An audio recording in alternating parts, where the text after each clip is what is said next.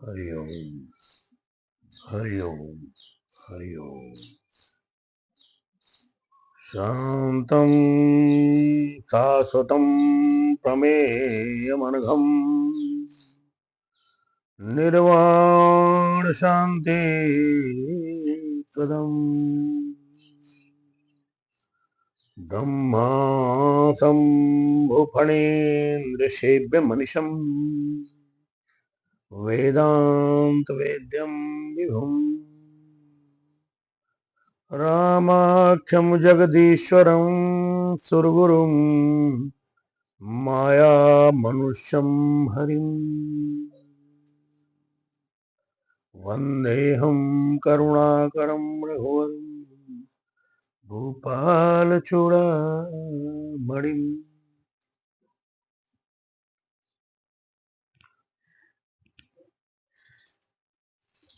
महाकुंभ का पवित्र पावन अवसर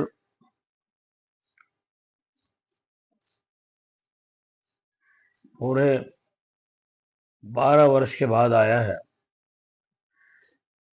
और सबसे बड़ी बात है कि ये महाकुंभ इस बार प्रयाग में लग रहा है।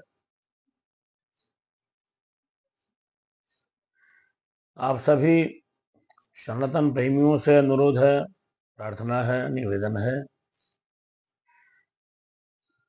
कि देश विदेश से लोग पधार रहे हैं, तो सनातन प्रेमियों के लिए बहुत पवित्र अवसर है। सभी से अनुरोध करता हूं कि जहां से जो भी पहुंच पाए इस अमृत पान को करने के लिए सभी पहुंचे। और साथ ही साथ निवेदन करना चाहता हूं कि जो लोग नहीं जा पाएंगे किसी असमर्थता के कारण, किसी मजबूरी के कारण, या जो असहाय हैं किसी कारण से नहीं पहुंच पा रहे हैं, तो उनके लिए ये कहना चाहता हूं कि जहां हैं अपने घर में बैठे बैठे ही 13 जनवरी से 26 फरवरी के बीच चाहे तो प्रतिदिन स्नान करें गंगा में, या किसी पर्व वाले दिन इस बीच में स्नान कर सकते हैं। तरीका बता रहा हूं, इसे ध्यान से सुनिएगा और इसे मनन करके रखिएगा। आप चाहते हैं कि मैं नहीं पहुंच पा रहा हूं और गंगा में स्नान हो जाए, इस महाकुंभ के अवसर पर हम अपने घर बैठे बैठे ही गंगा स्नान कर लें। उसका तरीका ये है, बहुत पहले बता चुका हूं, आज फिर दोहरा रहा हूं। खाली पात्र में, खाली बाल्टी में आप गंगा जल की कुछ बूंदें डाल दें। तत्पश्चात उसमें साधारण जल आप भरें और उससे स्नान करें, तो आप निश्चित रूप से घर बैठे बैठे गंगा के पवित्र स्नान का लाभ ले सकते हैं। अक्सर लोग क्या करते हैं कि भरी हुई बाल्टी में 2 बूंद गंगा जल ऊपर से डाल देते हैं और समझ लेते हैं कि पूरा गंगा जल बन गया। ऐसा नहीं है, ये गंगा जल कभी नहीं बन पाएगा। खाली पात्र में गंगा की कुछ बूंदें, गंगा जल की कुछ बूंदें डालें, तत्पश्चात साधारण जल उसमें भरें, वो पूरा गंगा जल बनता है जाएगा। कारण कि हम लोग छोटे से कुएं में, तालाब में, साधारण जल में गंगा को समाने का प्रयास करते हैं, जबकि गंगा किसी छोटे में नहीं समा सकती, बात तो बहुत बड़ा है।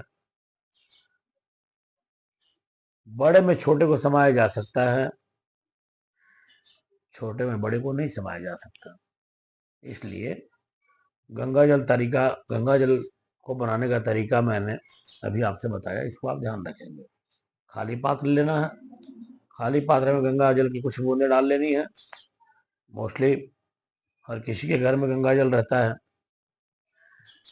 यदि किसी के पास नहीं हुआ तो बाजार से आप ले आए। पूजा पाठ की सामग्री जहाँ प्राप्त होती है वहाँ गंगा जल की शीशी मिलती है, उसे ले आए। उससे कुछ बूंदे आप खाली पात्र में डाल लें और उसमें साधारण जल को भरें और उससे आप स्नान करें। ये तरीका है, इस तरीके को हमेशा ध्यान में रखें। जो लोग कुंभ पहुंच रहे हैं उनसे निवेदन है, प्रार्थना है कि वहां जाएं, स्नान करें और प्रयास ये करें कि वहां स्नान करते वक्त शरीर पर साबुन का प्रयोग न करें। दूसरी बात है कि गंगा जल में स्नान करने के बाद वहां कपड़े न धोएं, ऐसे ही कपड़ा निकाल करके उसको निचोड़ लें, घर ले जाकर के धो लें और सुखा लें। तीसरी बात कि वहां जा रहे हैं तो साथ में अपना गिलास या कप साथ लेके जाएं। यूज एंड थ्रो वाली जो चीजें मिलती हैं उसका जितना कम से कम प्रयोग करें उतना बेहतर होगा, जिससे कि वहां गंदगी ना फैले। क्योंकि हम तीर्थ क्षेत्र में जा रहे हैं, तीर्थों में जाकर गंदगी नहीं करनी चाहिए, इस बात का विशेष ध्यान रखें। जितना भी हो सके दान करें, पुण्य करें, चिंतन मनन करें।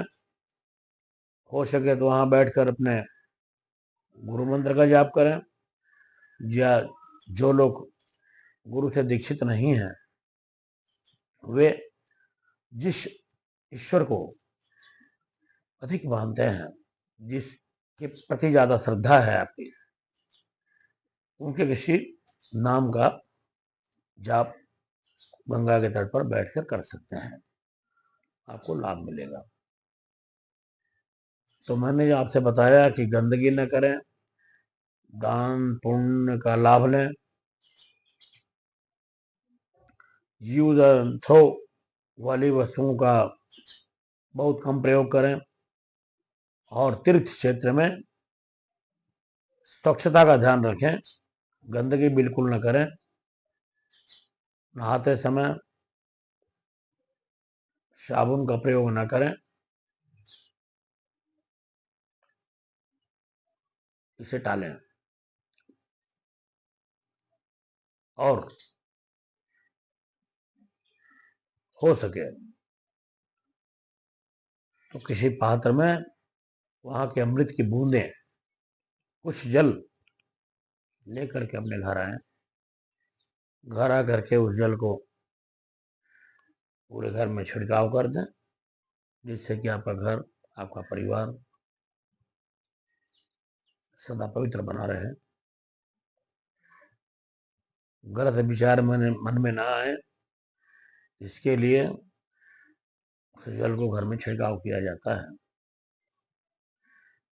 गुरु मंत्र का सहारा लेकर के, या जिस देवता को अधिक आप मानते हैं, जिसके चरणों के प्रति ज्यादा ज्यादा श्रद्धा है, उसका नाम लेकर के घर में जल छिड़के। प्रयास करें कि अधिक से अधिक संख्या में परिवार सहित वहां पहुंचे। एक बात और ध्यान रखें, रामायण में लिखा गया है कि निर्मल मन जन सो मोहि पावा, निर्मल मन जन सो मोहि पावा, मोहि कपट छल छिद्र न भावा। इसे ध्यान रखें। उस क्षेत्र में जा रहे हैं तो छल कपट राग द्वेष लोभ मोह का त्याग करके वहां जाइए। एक बात और कहना चाहता हूं आप सभी से, इस कुंभ क्षेत्र में जब आप जा रहे हैं स्नान करने के लिए, एक बात और ध्यान रखें कि कोशिश करें, प्रयास करें कि स्नान के बाद अपनी कोई न कोई एक इच्छा, एक कमजोरी को उस स्थान पर छोड़कर आ जाए।